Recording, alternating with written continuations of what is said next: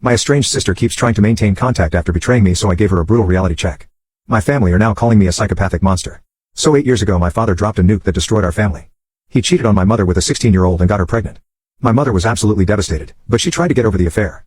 However, it was very hard for my mother to do so, especially when my father's affair partner would constantly bring my father's son over to the house. My mother suffered every time she saw the kid. However, my sister became very fond of him. We lived this nightmare for about 5 years and my mother finally couldn't take it anymore. She divorced my father and moved out, and I was in full support of that. I helped her out a lot. Emotionally, I was there for her whenever she needed me. After the divorce, I chose to live with my mother and my sister chose to live with my father. I saw that as a huge betrayal, especially because my father was very mean to her when growing up. Our mother always had her back. After she made this choice, I didn't see her as my sister anymore. The week after the divorce, my father moved the other woman and their child into our old house. I went low contact with my father and sister due to this. But my sister constantly messaged me, acting like everything was fine. Same thing happened with my father. Every week they would text me like nothing was wrong, like I still love them. It took my mother and I a long time to be okay again, but at least we had each other. Fast forward to now. 2 days ago I was at a party and was a little intoxicated. While I was at the party, my sister messaged me that something horrible happened. I didn't respond, however. She called but I didn't pick up.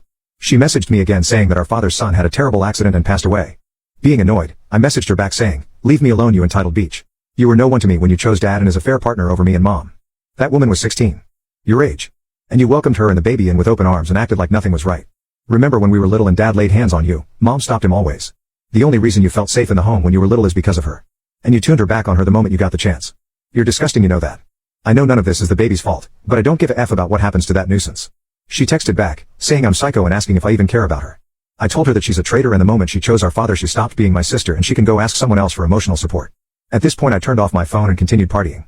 In the morning I came home and realized I had over 1,200 messages, and 200 missed calls. My whole family messaged me, from all sides, even unknown people, calling me a psychopath, a monster and telling me I don't deserve to live. Apparently my now ex-sister published screenshots of our conversation on Facebook. It was up long enough for everyone to see, before our father forced her to take it down. I just deleted and blocked everyone. My mother messaged me that I was in big trouble. My father messaged that he still loves me and only now he understands how much he hurt me.